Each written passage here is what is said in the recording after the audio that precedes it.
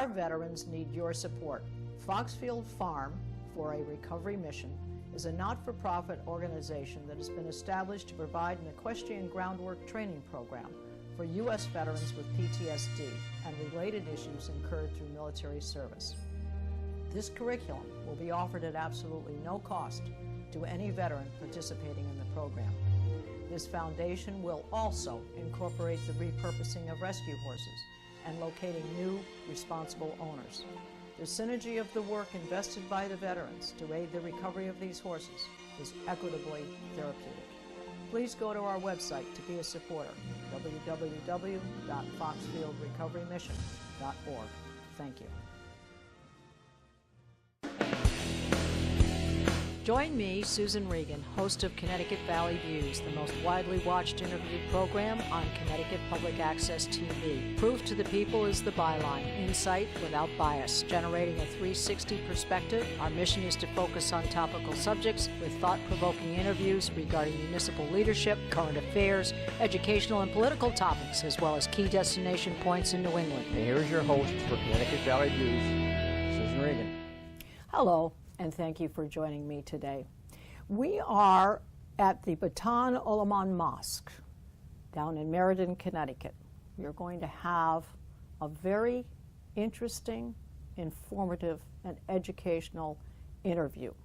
I will begin with my guest, Zahir Manan, who is representing his group, and we're delighted to be here with you. Peace be with you, and thank you for having me. And Ted Hankey is joining us as well. He is the gentleman with whom there was an issue on November 14th, 2015, that has now created a most wonderful new world, not only for Zahir's culture, but for Ted to reach out to others who misunderstand what we have going on and what we see in the media today. So Zahir, let me just ask you, let's go from, let's say, that night and how it happened, and we're going to ask Ted to explain his background, but take us from there and in a short while kind of take us through. So we heard about the Paris attacks on Friday. Friday is our holy day of gathering. We were very prayerful. We actually published a press release in the Hartford Courant denouncing the attacks. You know, we were, over the weekend, we do Friday night, we do Quran study groups, Quran and Bible study groups, interactive groups. So we left around 10 o'clock.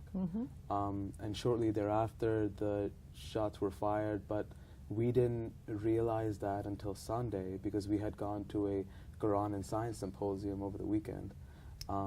So when they found out, we just contacted the officers, and they responded immediately, and we're thankful to them for that. They put themselves in harm's way as well. And you know, from that time we were praying, and what the Quran says, seek out guidance through patience and prayer.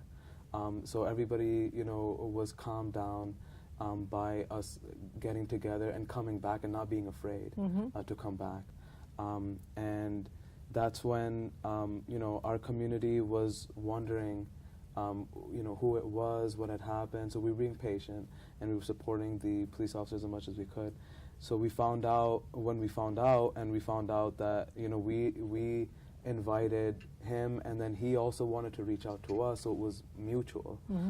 So the government allowed us to set up a meeting, and at the district attorney's office, the federal district attorney's office, we had that very emotional meeting where our hearts connected, and it felt like our souls were touched. And there's a sense here that this was fated in a way. Yes. Oh yes. Because yes. Ted, let me just ask Ted now. Now Ted, you're living here next to the mosque. Yes. And so that evening you had been imbibing and you had felt the rest of the events of the world and things that were going on. Tell us what happened that night for you. I was out in a bar drinking, watching a band, and heard about the Paris attacks. And then I came home and got out of the car and kind of looked over and was like, oh yeah, the mosque.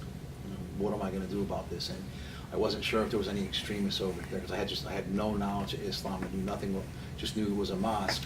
So you had never actually interfaced with anyone, any member here before? No. So I kind of got the idea in my head that I was going to fire some shots, into the ground around it, and it was with the thinking of if there was any extremists in there, they would see. I knew they had cameras here, and I knew the police would be called on the night of that if you hear rifle shots. So I figured the police would come out, and then they would check the cameras and know the shots were fired. And I thought it would like put a fear into if there was any extremists in here. At the time that happened, then did you think, oh my gosh, maybe I shot? I mean, when did it occur to you that, oops, maybe police are going to come, or what went through your mind? Well, I figured that they would come that night. Okay. I figured that somebody would probably call in saying there was shots fired, and they did. Yes. They came. The police originally came out and just drove around and didn't see anything and left, because there was no visible. It was just 4 shots it hit, and there's no visible damage, and I thought that was it. But there was an intent, I think, and that was the concern. And you wanted to alleviate for the rest of the community that there wouldn't be any further issue. Yes. Okay, so let's come back here. So after that, what was the first reaction by your membership? You were arrested formally, is that correct? It wasn't until a month later. Okay, so it was a month later. And we're going to speak to your lawyer in a little bit, and we'll take us through where he came into the picture. But so now your membership has realized what's happened. What was the first reaction on their part? So the first thing we do is write, besides prayers, is write letters to our international leader, the Khalifa of Islam, the true Khalifa of Islam, the peace-loving Khalifa of Islam, who's not political, and he guided us through a Friday sermon, January 22nd, called The Essence of Forgiveness, where he outlined the Quranic instruction and guidance that the recompense of an injury is an injury the like thereof, like an eye for an eye. But if the person is remorseful and reformative, it is better for everybody that you forgive them, and God will bless you for that, because we're hoping for forgiveness from God. So we hope to. So we need to distribute that forgiveness. That's the reward for you giving the forgiveness. Not only that, but also the education that came out of it. Right. Exactly. All right. So now let's come back, Ted.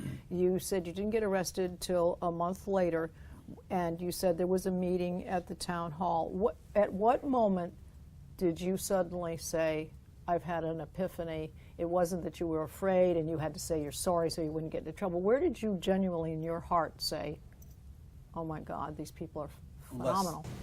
Almost immediately, upon walking in the room, just looking at their faces, almost immediately. And Zaire was there, his wife was there, Dr. Mohammed Qureshi was there, and 2 other gentlemen, I'm not sure their names, and almost immediately. And so I made my apology, and it was heartfelt, and they accepted the apology. It was Good Friday, and they actually had a gift of some Easter candy because they knew I was Catholic. And then they gave me a little symposium kind of about what they were all about. And if anybody sees that in 5 minutes, you're going to realize that there's no extremists in this. And I think I'd like to explain for our viewers, Mohammed Qureshi, he is actually the president of your group. Is that correct? Yes, yes, and we elect him through a democratic election, and he's been our president for over 10 years. And we were doing all this under his guidance and under the guidance of the previous national president, Dr. Hassan al-Zafar, and then through the Khalifa of Islam, the international leader, just so that we follow all the protocols. And that's our illustration of unity, and that's the obedience in Islam that is mentioned, not blind obedience to clerics, delivering fatwas or edicts, but about the... It's not a dictatorship, it's per se. It's not a dictatorship. It's everybody unified and getting guidance from the right people at the right time. Now, you and I have had an interview, I think it was maybe about a year and a half ago, and you gave us the history. Yes. And so I can invite our viewers to look that up, and we will... that will give you background so that you understand where you're coming from. But now, again, that night it occurred, there was a meeting, there was a simpatico here between your group and Ted. Now, since then, Ted, we know that your objective is to try and reach out to many other cultures, to other groups, to the American people, to the world, in fact.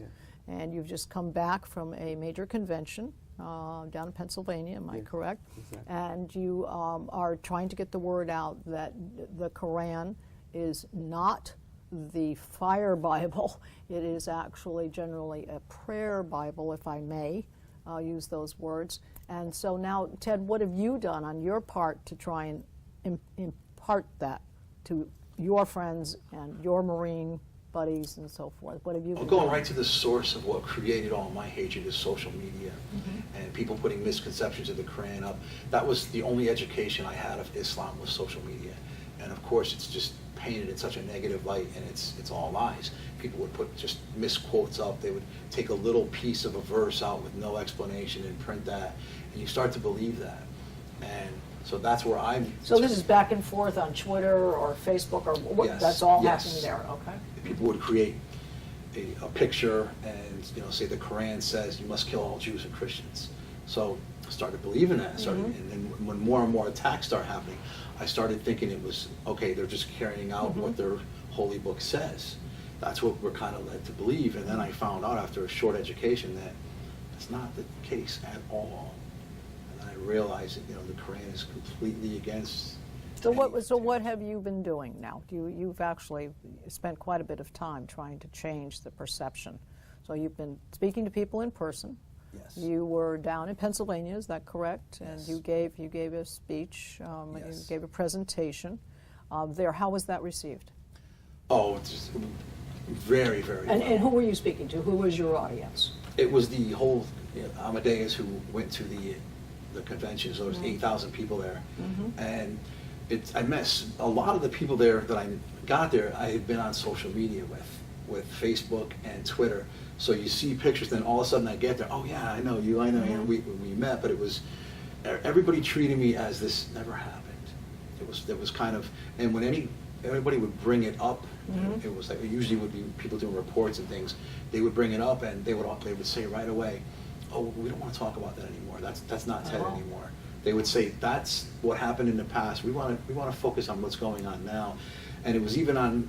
So I got a Facebook message from somebody who was at the event, and she had said, "Oh, I was uncomfortable when they played your clip from the Today Show because it showed you sitting at your kitchen table with your rifle." And she said, "I don't want them to show that anymore. That's not you." So the forgiveness was at a level that I never even expected, to the point where they don't even want anybody to bring it up anymore. They just want to go forward with things. And it seemed like everybody had that attitude there.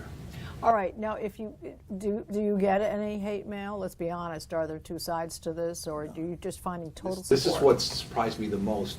When this first happened and my friends were telling me, "Oh, you're in trouble now, there's you're on an ISIS hit list, you're in trouble."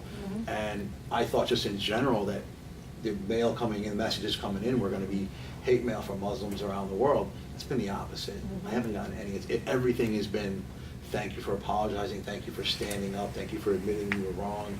Thank you for educating yourself on Islam." All of it. It's just there's been nothing negative at all. All right, Zahir, so let's come back to you on this. Since this has all occurred, and you've had quite a bit of publicity, hopefully we're giving some intense story time to this, because I think you've done some interviews, you've done some news clips, not as long as this, because we're trying to really wrap our arms around it entirely, the whole story. Since this has occurred, have you seen more reaching out from people you would not normally hear from? Oh, definitely. And that's why it was a blessing in disguise. It opened up dialogue between people that there was never dialogue before. And we've been reaching out before. We've been writing articles, doing interfaith events and doing community service events, blood drives and whatnot. And but after this event happened and they saw the illustration of love for all, hatred for none, the practice of that, they said, "Come and tell us, come and teach us." And we said, "Well, you come to our mosque as well." So it became this beautiful marriage, I would say, between interfaith, interdisciplinary as well. And that's where the message reached everybody. And that's why it was so imperative that it happened to a mosque that believes in the Messiah. The Muslims that believe in the Messiah that came to say that jihad with the sword is over, jihad intellectually through the pen and inner struggle and that dialogue and that education, that's the jihad that TED is also engaged in now. And, it's just the Arabic word. Has your own internal circle of mosques, have they been on board with this? Are they? So are you talking about the Ahmadiyya Muslim community? Muslim community. Are they on board? Are there others that you've reached out to in wherever Massachusetts or Texas or whatever. Oh yes, and in fact we had to kind of. You're becoming a template for them. Exactly, and that's the thing. We're becoming an example, a role model, and we had to actually kind of say that thank you for your support, but we're doing a lot of different things, and we kind of, but everybody was unified, and because of the Khalifa's instructions on January 22nd, everybody unanimously was like, So this has been this is it. This is clarification. an established doctrine. An established doctrine, and it's based off of the Quran and the practice of Prophet Muhammad. His greatest victory was not bloodshed, but when he entered Mecca, finally, after 10 years of exile, and he entered with 10,000 of his companions, he didn't shed any blood. In fact, he forgave his tormentors, and that's the victory of Islam. This is almost the Job of the Bible. Many people Is have there a been saying parallel? that. Is that a So parallel? yes. So the Quran, it talks about 30 prophets, and most of them are biblical prophets, in fact. And one mention is of Job, the paradigm of patience and the paradigm of not questioning God and seeing everything for a reason, and the fact that the suffering. You go through suffering to show your true character. Yes. If you didn't go through that pain and suffering, your true character wouldn't come out. It would be all talk. There's an expression that it's not how you fall off the horse, it's how you get back on. Exactly. That's the thing, is how many times you get back up.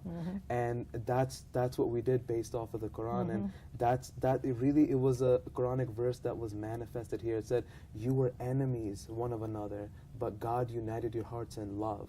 You were on the brink of a pit of fire, and he saved you so that you became as brothers. Yes. And that's the point, is that God says, repel badness with goodness, and lo and behold, your enemies will become your friends.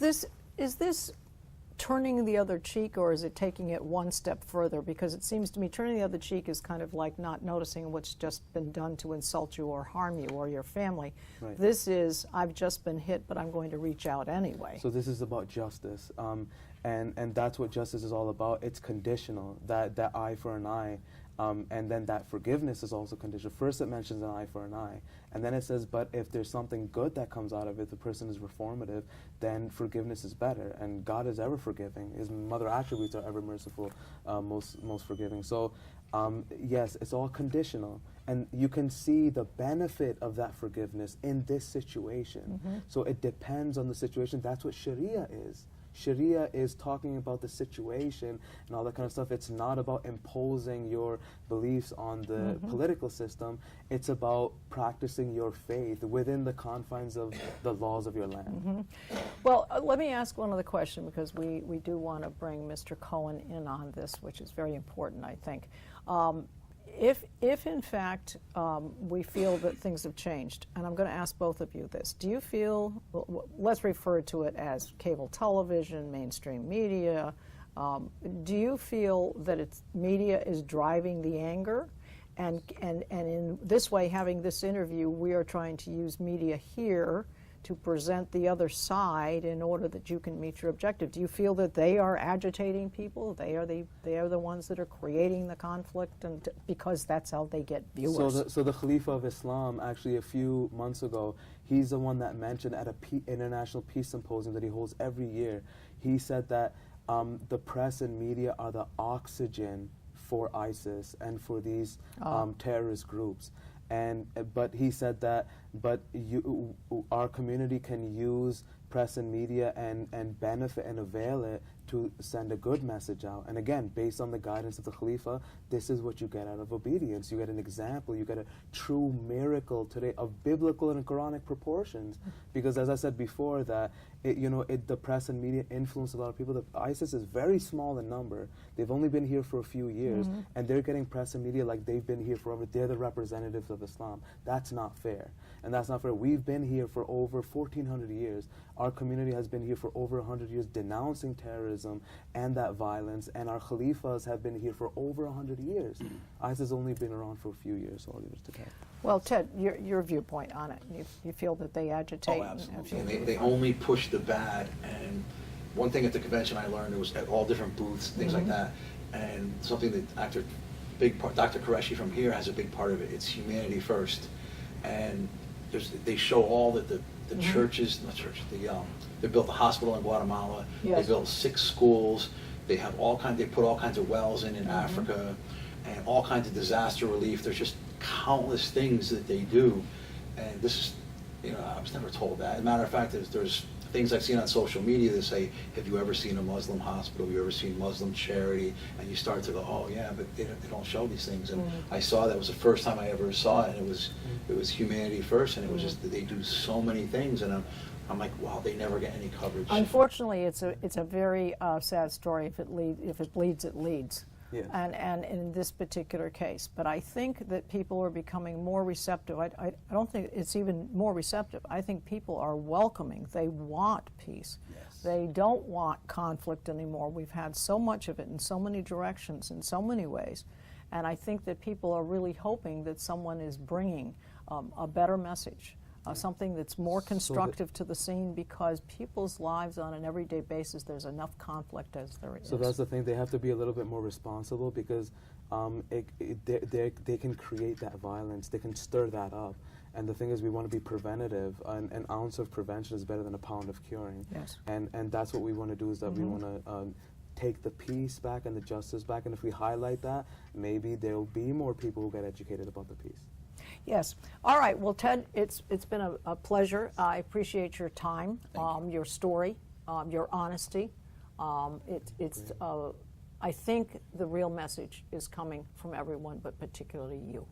So we want to thank you, and we're going to speak to your attorney, Mr. Cohen, next. Thank you very much. All right. And now we have the pleasure of bringing in Mr. Hakey's attorney, Jeff Cohen. Jeff, pleasure to have you here today. Thank you. Pleasure to be here. I'd like to point out, I hope it's not too candid or too forward for me to say this, but you are of Jewish faith. That's correct, and I think it's important that you do bring that up. And you've known Jeff, he indicated, for 10 years? You're referring to Ted? Ted, yes, Yes. pardon me, yes. Yes. For 10 years. Yes. And so how and when did he bring you into it? Pretty much immediately. He was in contact with me, I think, the same day. And we met maybe the next day. It was very quick. So he brought you in because he felt that this would become a serious situation and he would need your defense. Yeah, I would say that's obviously safe to say. I mean, he trusts me. We've known each other. He reached out and he said, I need to talk to you. And he felt comfortable, speaking with me and right away, and letting me know exactly what's going on and what his position is, how he wanted to handle it, and of course, my opinions. And you jump on the bandwagon of, well, defense attorney, don't say anything, don't do anything. But his acceptance of responsibility so quick in discussions with me, and as I said before, that attorneys, while we counsel in law, we're supposed to also counsel in morals and ethics. And hearing him goes right along with the morals and ethics I would have discussed with him. We did have that discussion, and because it's a very different situation, you expose yourself, and you want to go ahead and just come forward. You expose yourself, you're making admissions against your own penal interest, you expose yourself to a lot. But he was very passionate about it, and even if my client doesn't necessarily agree with my advice, which that was only my initial advice, slow down first, tell me everything. Yes. And I could see it in his face. Did you see it becoming as big a picture as it has become? Because obviously you've gotten great press. So you did feel that this would be an ever-expanding story? Yes, matter of fact, after Ted admitted everything to me and told me what he wanted to do, I put some thought into it, and I said, and he told me, he said, everyone's going to hate me. Everyone's going to hate me. And I said, not necessarily. Okay, if your heart is true, and you really are seeking forgiveness, it will not be that way. That was my opinion. Because it's hard to deny. Acceptance of responsibility is the biggest thing that, say, judges want to see, but people want to see that too. And an immediate acceptance of responsibility is tremendous. You need to admit that there's a problem before you can address the problem. Exactly. You need to put a name to it. You need to identify it. You need to admit the fact that it exists in order to be able to address it. Exactly, and the things he said, of course, in practice. But I don't only do defense; I do civil rights too. So it was like, because I'm thinking also of the Islamic community. Yes. And which easily could have been somehow, but that's not their nature to sue. Yes. Well, what's interesting about your position is that you need to represent your legal community and to follow the format, and whoever you're going to have to present to, judges, whatever audiences will be listening to you, and you sort of judge, jury, and the public. And then you need to understand Zahir's side, and then you need to make sure you're representing your client properly as well. That's quite a balancing act. It was. I thought about the conflicts within my own self.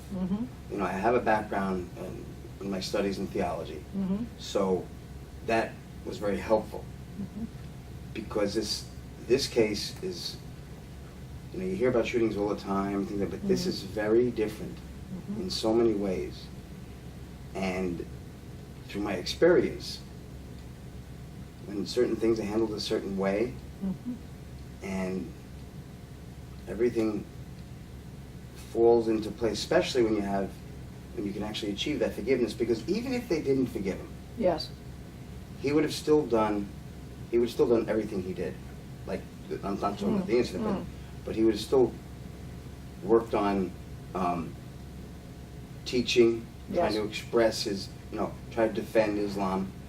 Either way, the true teachings. Okay, Yes. and the only way he could do that was to learn, and he started to do that on his own. Well, we hope we have encompassed, and I don't like to cut you up, but we hope that we have encompassed the story. We hope for our viewers that we have brought the true essence of the situation, what has occurred in between, what is now the evolution to hopefully solving some of the problems of better understanding amongst everyone.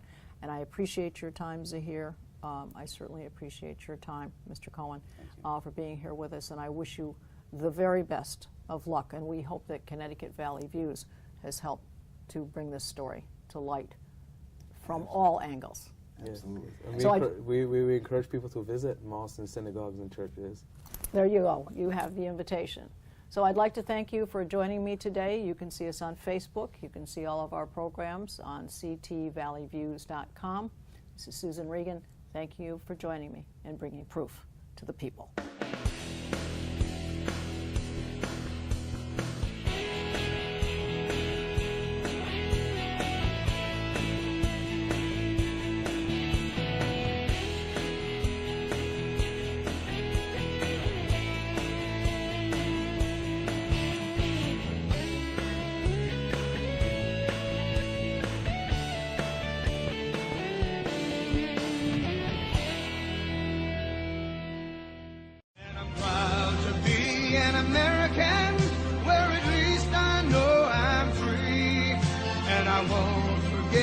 The men who died, who gave that right to me, and I gladly stand up next to you and defend her still today.